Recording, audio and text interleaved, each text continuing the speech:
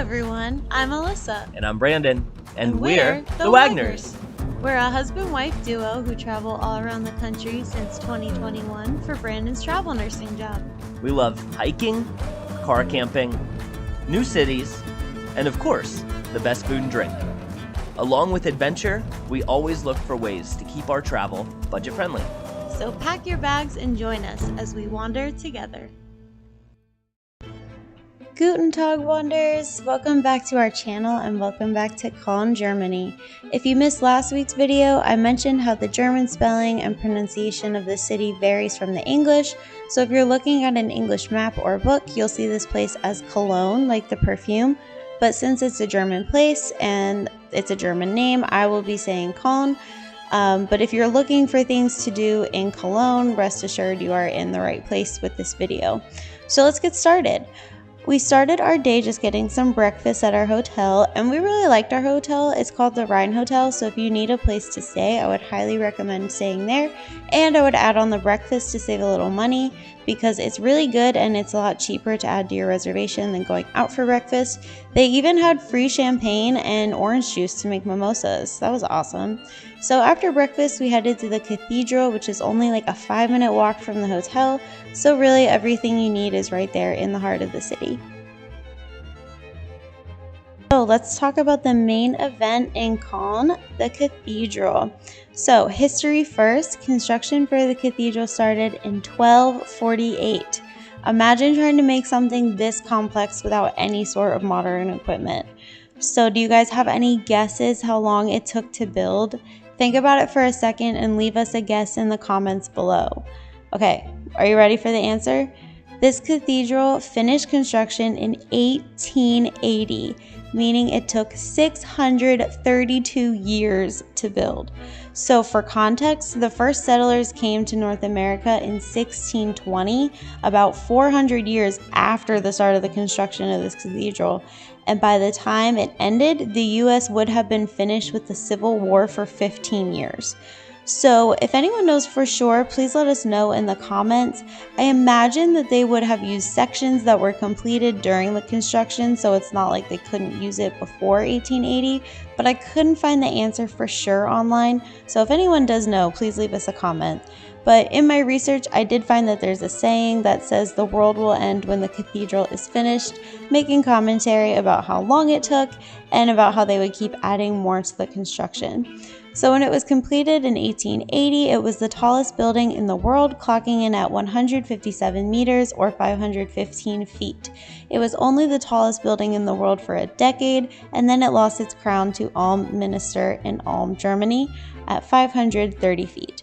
However, the Cologne Cathedral is still the tallest twin-spired church in the world, which just means it has two of those big column-type styles, and it is the second largest church in Europe right after Ulm Minster and also in Germany, and is the third tallest church of any kind in the world. So as I'm sure you can see, this is built in the Gothic style of architecture, and I have to say, with being done over the course of 600 years, I'm quite impressed with the uniformity of the whole thing. I definitely would have expected some inconsistencies between the different eras and the different tools they used to build this, but they really stuck to the plans, and of course the result is immaculate. So let's talk about visiting. So since this is a religious site, obviously a cathedral, admission to just the cathedral itself is free. Monday through Saturday, they're open to 5 a.m. to 5 p.m. and Sundays it is open from 1 p.m. to 4 p.m. So since this is an active church, masses take priority, so it's possible the hours can change, but you can always get more information on their website, which I will link in the description for you. So to be honest, I don't remember why we didn't book a guided tour.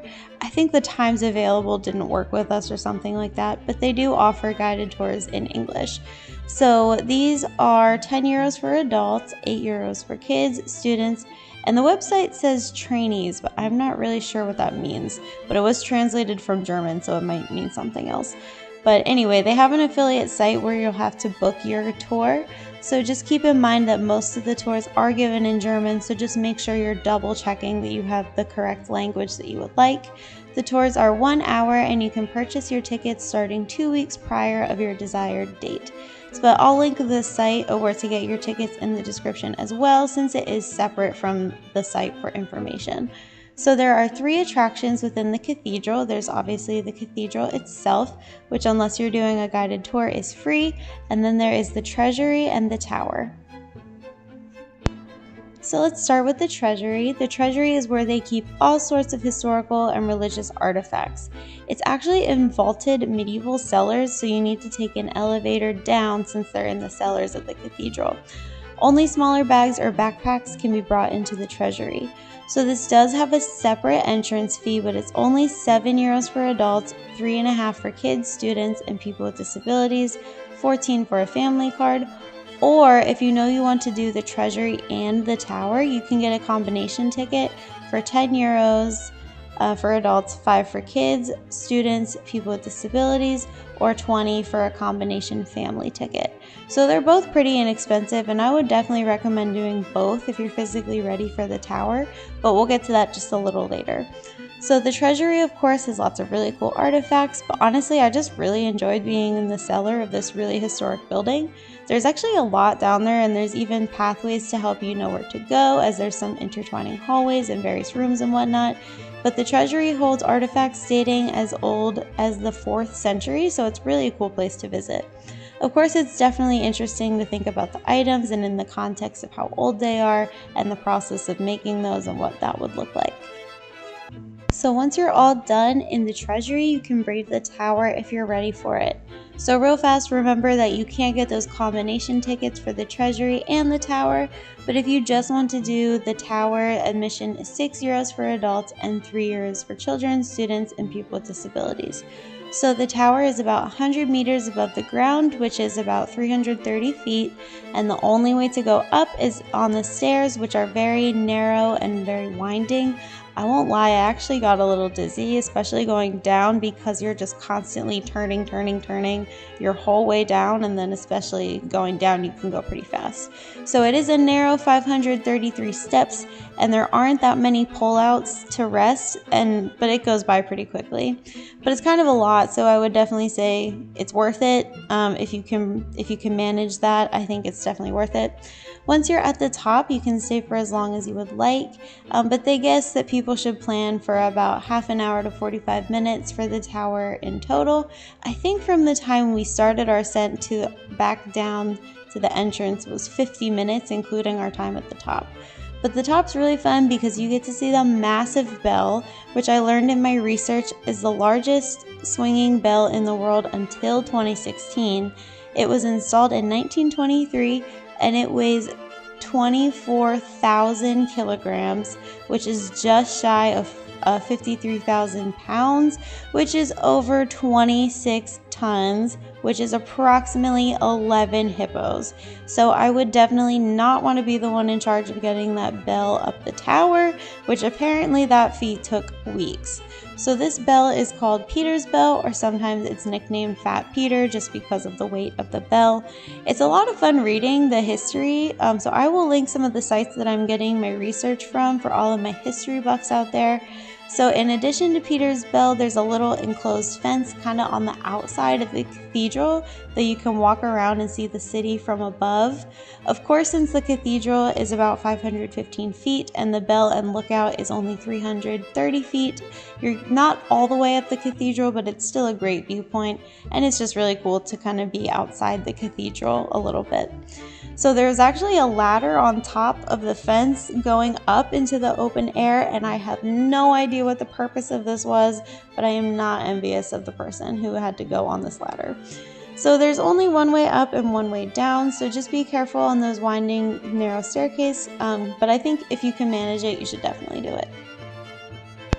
So after our visit at the cathedral, we had just a few hours until it was time to catch our train, so we just kind of meandered around the further parts of the city and found a little shopping center and that we had missed the day before, and so that was fun to just go out into a new part of the city.